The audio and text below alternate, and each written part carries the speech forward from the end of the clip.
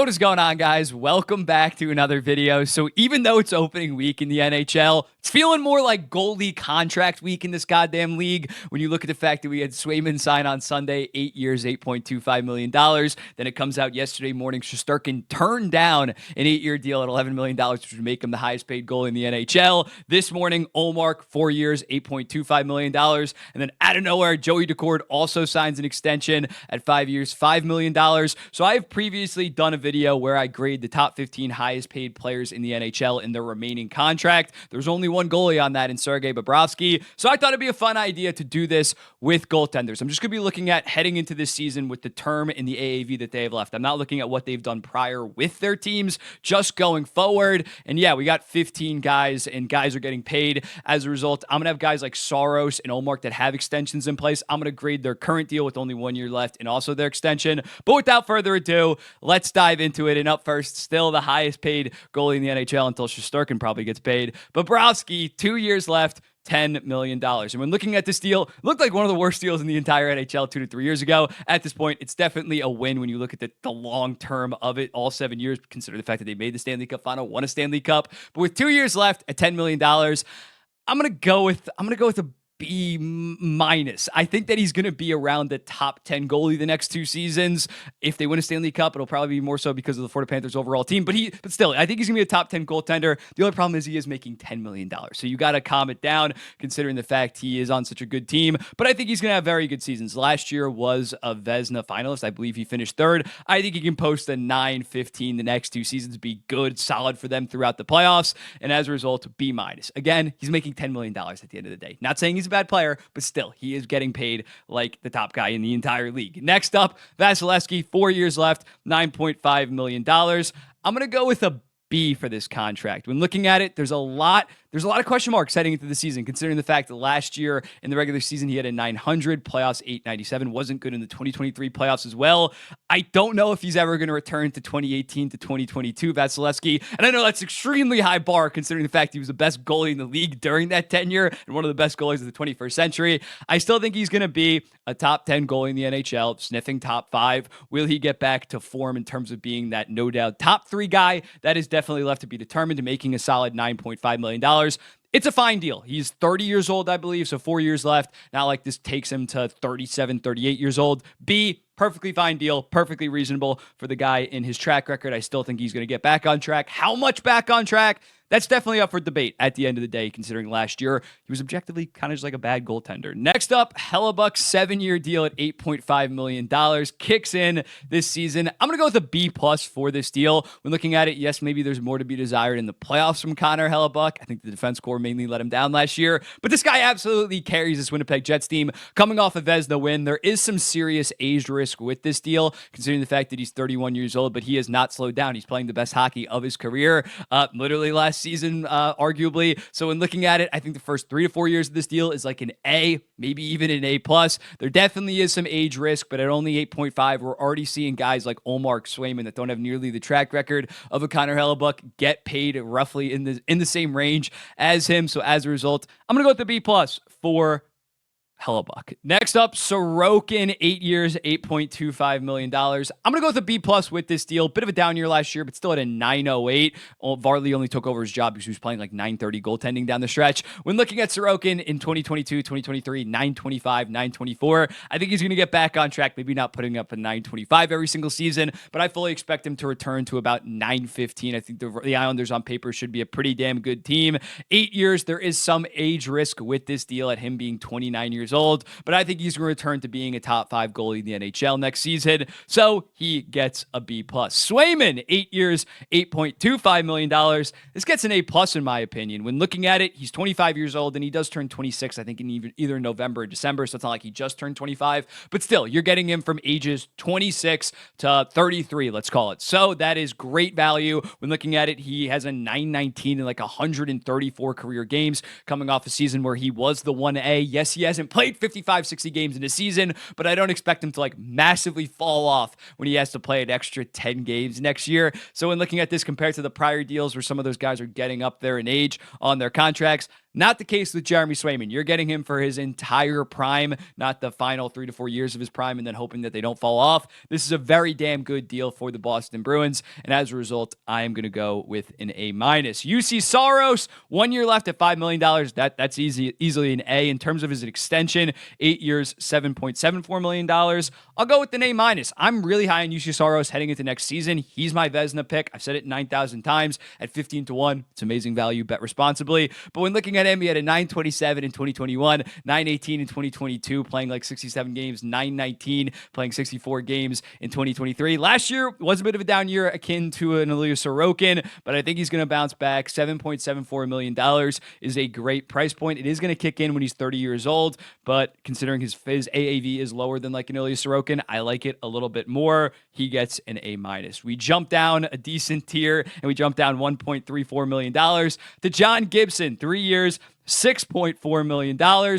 He gets a D. When looking at Gibson, the narrative around him is always like, oh, it's Anaheim that absolutely stinks. Any underlying number will prove that that is not the case. First off, in terms of save percentage, he has not been above a 904 the last 5 seasons. But when you look at the underlying numbers last year, minus 9.6 goals saved above expected, 2023, 11.5, minus 14.3 in 2022. In the COVID-shortened season, 2021, minus 7.4, and then in 2020, minus 18. He has not lived up to his contract at all for the Anaheim Ducks. Maybe he can turn it around and at least be an average starter, but again, it's $6.4 million. And again, Dostal is coming behind it. That's AO. Dostal is coming for his job this season and definitely next season. So as a result, this is a pretty brutal contract. This gets a D. Binnington, 3 years, $6 million. I'm going to go with a B- for Binnington. Last year, he was like a $7 million goaltender, maybe even sniffing $8 million. He had a .913 save percentage and really was the only reason, him and Hoffer were the only reason the St. Louis Blues were even sniffing a playoff spot, finished 16th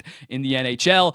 I'm not sure he's going to be able to replicate that. I think he's not going to be the $897 goaltender that he was in 2022 and 2023. I think he should be around the $905, $910 this season, but he's still getting paid like a legit top 10, top 12 goalie in the NHL. So as a result of B-, he is 31 years old, so this ends when he's 33, 34. It's okay. It's maybe I don't think that he's going to replicate this, so he gets a B-.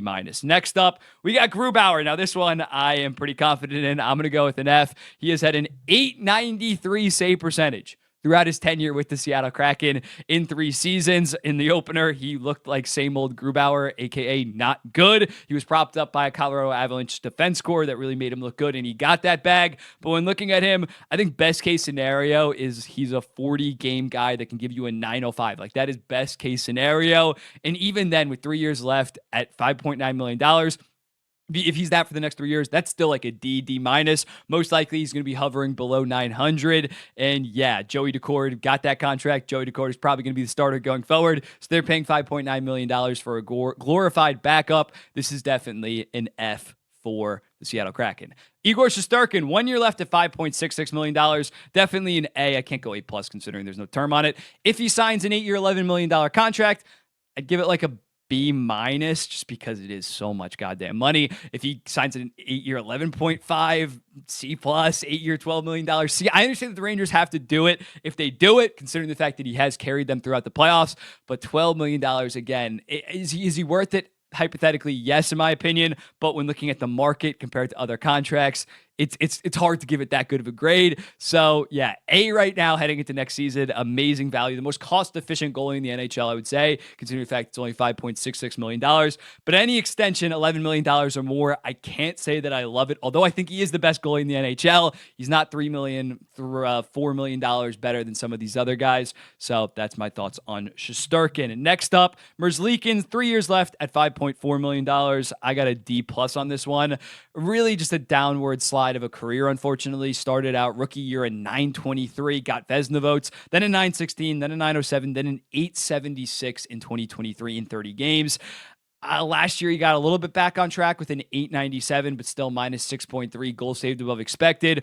Don Waddell literally came out and said, like, Merzlikins wants a trade. His contract's unmovable. He needs to start playing better if we can even think about trading him. And I think he's correct. I think, like, outside of Philip Grubauer's swap, like, there's not a ton of trades for Merzlikins at this point. I definitely have more confidence in a Merzlikins turning it around than, say, a guy like Philip Grubauer. But at this point, it's not a good deal for the Columbus Blue Jackets, and they're probably going to be trying out their young guy guys next season to kind of steal the job from him. Tristan Jarry, 4 years left at $5.375 million. I'll go with a B. I think that he's somewhat overhated. Last year was a little bit disappointing. He had a .903 save percentage, but still 2.6 goals saved above expected. But when looking at the prior 4 years, he was a good, above average starter in the NHL. Every single season for a 4-year stretch, he had at least a .909 save percentage and was like top 15 in goals saved above expected. So at $5.35 million, if 4 years left, 29 years old, not that old, as long as he's just like a top 12 to 18 goalie in the NHL, that is perfectly fine. That is a B, in my opinion. Darcy Kuemper, 3 years left at $5.25 million. When looking at this, I got to give this a D+. He's been on a slide akin to like Merzlikins. .921 in Colorado. He was very good in his own right in Colorado. The underlying numbers suggested that, but also it was Colorado. .908 his first season in Washington. Still very solid. Still a top 15 goalie for me. Last year, an .890 save percentage really fell off, and especially Charlie Lindgren played so goddamn good in front of the same team. That was concerning. You thought maybe a bounce back was possible or likely in LA, considering the fact that they had a pretty solid defense core. Now Drew Doughty's out, so he's 34 years old. Not sure that turnaround is going to happen. Still like it more. Actually, I'm going to go with a D with this. If I gave Merzlikins a D+, I definitely have more faith in Merzlikins. A D for Darcy Kuemper. 3 years left, $5.25 million. Demko, 2 years left, $5 million. I'm going to go with an A. There's only 2 years left on it, and there is some injury concern with Thatcher Demko. If I know that I'm getting 60 games, 55 games out of Demko, you could say an A+ here. It's not just a one-year thing in 2024 and 2021, 2022. He posted back-to-back 915s, was an extremely hyped-up prospect. Amazing value for the Vancouver Canucks. They just got to somehow get this guy healthy every single game. Then we got Omark, 1 year left at $5 million. That gets an A. 4 years, $8.25 million. I'm going to go with a B on that contract. There is some age risk with it, considering it kicks in when he's 32 years old. So you get his 32, 33, 34-year-old seasons, and 8.25 is a hefty price. So I initially thought he was like 30 or 29 right now. I thought he was younger when he signed it. So I tweeted out something saying that I absolutely loved it. It's good. I love it for the fact that like the Senators lock him up and they don't have to worry about him. Don't have to worry about him potentially walking and then giving out some kind of Corpusalo deal to some bum again. So I love it from a Senators perspective. In terms of the actual contract, it's fine. It's good. He's about as consistent as it gets. Last 5 years, above a 915 or better every single season. 2 of those years were in Buffalo. Not all those were in Boston. So I think it's a solid deal for the Boston Bruins. And then lastly, Joey Daccord. He's only making, I think, $1.2 million this season. But in terms of his 5-year, $5.5 million contract, I'm going to go with like a C. When looking at it, he did have a 916 last year. So if he can somehow play like that, or even if he can just be a 910, 908 kind of guy, it's going to be a good contract. But he is completely unproven, and it kicks in when he's 29 years old. For some reason, I thought that he was only like 26, 27. No, he's already 28. Doesn't kick in until next season. So you're also going to get some age potential risk on this kind of contract. So I think it's pretty bad by Ron Francis. Not at least how much, like if he balled out this season, he wasn't going to be asking for like $6.57 million. So I think they probably should have just saw if last year was a fluke. But let me know in the comments, what do you think about all of these contracts? How do you think my grades were? Who was I too tough on? Who was I too light on? I'll be seeing you in the next one.